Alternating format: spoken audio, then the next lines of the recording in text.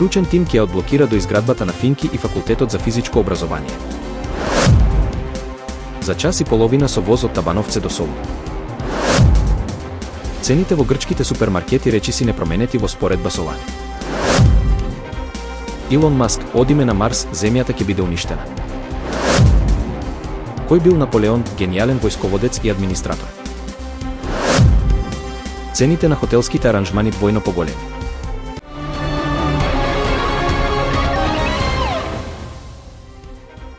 Изградбата на зградите на Факултетот за информатички науки и компјутерско инженерство и на Факултетот за физичко образование, спорт и здравје, започната во 2015 година и запрена во 2019, ќе продолжи по иницијатива на Министерството за образование и наука. На 6 мај 2025 година, МОН, Универзитетот Свети Кирил и Методий, Градежниот факултет и службата за општи и заеднички работи при владата потпишаа меморандум за формирање на работна група која ќе ја координира Градежниот факултет. Работната група ќе изврши стручна анализа на тековната состојба на објектите, ќе ги ревидира постојните проекти и ќе предложи начини за продолжување на изградбата. Планирано е изработка на финални ревидирани проекти, пошто ќе следуваат постапки за јавна набавка и избор на изведувач. Се очекува јавниот повик за изградба да биде објавен кон крајот на оваа или почетокот на следната година, а од расположливите буџетски средства ќе зависи дали објектите ќе се градат паралелно или поединечно. Во тимот за анализа ќе учествуваат експерти од соодветни факултети и институции, а сите активности ќе ги координира Градежниот факултет. Министерката за образование и наука, Весна Јаневска, изјави дека ќе се направи увид во физичката состојба на објектите и преглед на инвестициско-техничката документација, со цел дефинирање на начинот на продолжување на изградбата во согласност со потребите на крајните корисници. Таа додаде дека веројатно ќе биде потребно дополнување на првичниот архитектонски проект, бидејќи е донесена одлука фасадата да биде променета. Според потпишаните договори од 2015 година, изградбата на Финки требало да чини 784 милиони денари, но досега се реализирани и исплатени само 40% од работите. За Факултетот за физичко образование, спорт и здравје, проектот вреди 432 милиони денари, со реализација од 16,2% или исплатени 73 милиони денари. Изградбата на брзата железничка линија на Коридор 10, која ќе го поврзе Табановце со Солун, наскоро ќе започне, најави вице-премиерот и министер за транспорт, Александар Николовски. Тој изрази уверување дека оваа пруга ќе биде златната кокошка на Македонија, носејќи значителен профит за државата. Планирано е возовите за патнички сообраќај да се движат со брзина од 160 до 200 км на час, додека товарниот сообраќај ќе достигнува максимална брзина од 120 км на час. Ова ќе овозможи патувањето од Табановце до Солун да трае само час и половина, што значително ќе го подобри трговскиот и патничкиот сообраќај во регионот. Николовски истакна дека годишно над 10 милиони патници поминуваат по автопатот кој го поврзува северниот и јужниот дел на државата. Ако секој од нив потроши барем 1 евро, тоа би донело значителен приход за државата. Дополнително, годишниот приход од патарини на Коридор 10 изнесува околу 58 милиони евра. Со функционирањето на брзата пруга и отворањето на грчките пристаништа Пиреја и Солун, се очекува овие бројки значително да се зголемат. Министерот нагласи дека ова е негов личен и стратешки проект, за кој зборувал и додека бил во опозиција. Тој изрази надеж дека наскоро ќе има позитивни вести во врска со реализацијата на овој проект, кој ќе ја позиционира Македонија како важен транспортен и трговски центар во регионот.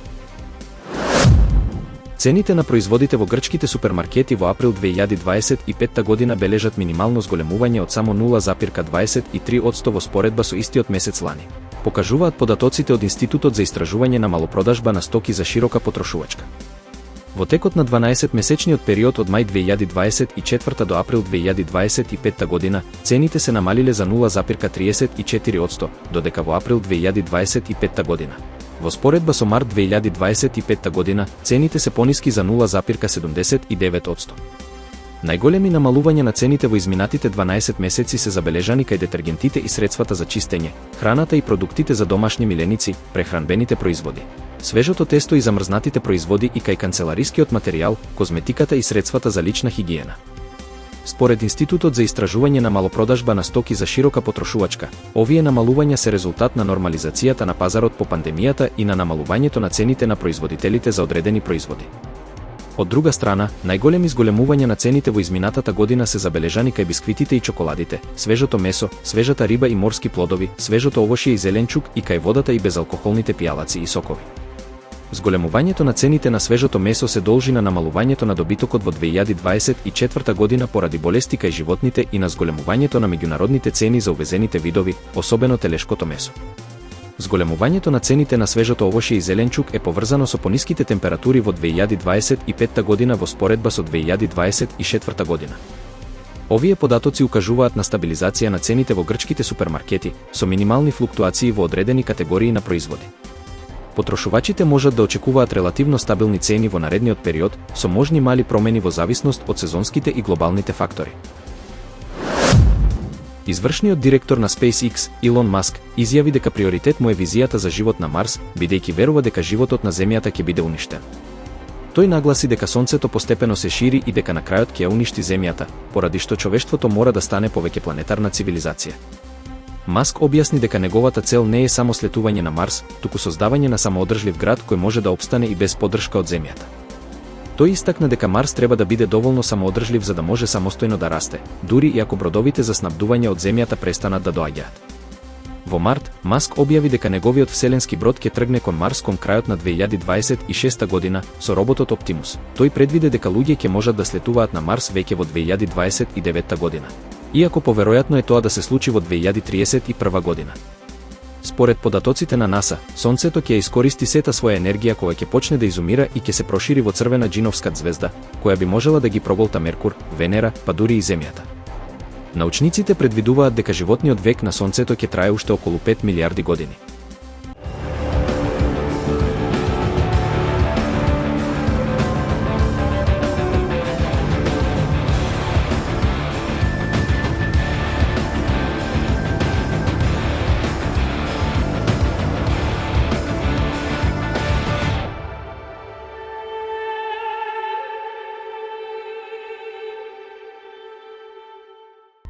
Вистина е дека Наполеон Бонапарта, роден во 1769 година на Корзика, потекнувал од скромно благородничко семејство и рано го насочил својот живот кон воената служба. Неговиот татко, поддржувач на француската власт, го испратил да студира во Париз, каде што, и покрај подсмевот поради неговиот акцент, Наполеон успеал да дипломира на воената академија. Вистина е дека неговата амбиција била закочена од системот кој ги фаворизирал луѓето од влијателни семејства, но француската револуција му отворила нови врати. Вистина е и дека додека Франција се борела внатрешно, другите европски монархии и објавиле војна за да спречат ширење на револуционерните идеи. Вистина е дека Наполеон ја искористил шансата да води мала армија преку Италија против Австрија и со низа победи ја зацврстил својата позиција во војската. Додека другите генерали неуспешно се справувале со непријателот, тој склучил самостоен мировен договор, со што обезбедил победа за Франција. Вистина е дека во 1804 година, со поддршка од своите следбеници, се прогласил за цар и ја консолидирал својата моќ. Но вистина е и дека неговиот подем предизвикал страв низ цела Европа, што резултирало со создавање на големи сојузи против него. Вистина е дека Наполеон не бил само војсководец, туку и реформатор кој оставил трајни промени во управувањето со државата. Тој го вовел граѓанскиот законник, познат како Наполеонов кодекс, кој подоцна ќе стане основа за правните системи во многу европски држави. Вистина е дека со овие реформи ја модернизирал администрацијата и ги унапредил образованието и економијата. Вистина е дека неговите амбиции за создавање француска хегемонија на континентот довеле до низа војни познати како Наполеонови војни. Војувал против Велика Британија, Русија, Прусија и Австрија, постигнувајќи големи победи, но и страдајќи големи порази, особено во Русија во 1812 година. Вистина е дека неговото повлекување од Москва значило почеток на крајот на неговата империја. Вистина е дека бил принуден на абдикација во 1814 година и бил прогонет на островот Елба, но се вратил во Франција за стодена пред конечно да биде поразен кај Ватерло во 1815 година. По овој пораз, бил протеран на далечниот остров Света Елена, каде што умрел во 1821 година. Вистина е дека Наполеон оставил длабок белег во историјата, инспирирајќи генерации, но и предупредувајќи ги идните лидери за опасностите од апсолутна моќ. Цените на хотелските аранжмани за летниот одмор во 2025 година доживеа значително зголемување. Аранжманите што минатата година чинеа околу 800 евра, сега достигнуваат до 1600 евра. Ова покачување се однесува на истиот хотел, со иста агенција и во ист период од годината. Зголемувањето на цените се припишува на повеќе фактори, вклучително инфлацијата, зголемените трошоци за енергија и општото зголемување на цените во туристичкиот сектор. Според податоците на Државниот завод за статистика, индексот на цените на угостителските услуги во јануари 2025 година, во споредба со декември 2024 година, е зголемен за 0,2%. Храната која се служи во рестораните е блиску 2%, а зголемување на цената има и кај готвените јадења, печените меса и јадењата по порачка. Пијалоците пак се зголемиле за 4,5%. Овие ценовни промени влијаат на одлуките на туристите при планирање на нивните одмори, при што многумина се принудени да ги преиспитаат своите дестинации или да бараат алтернативни опции со поповолни цени.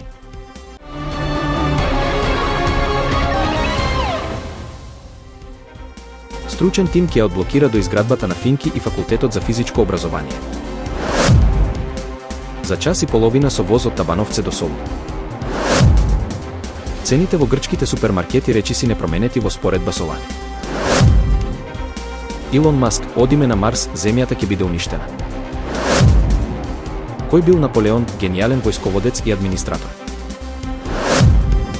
Цените на хотелските аранжмани двојно поголеми.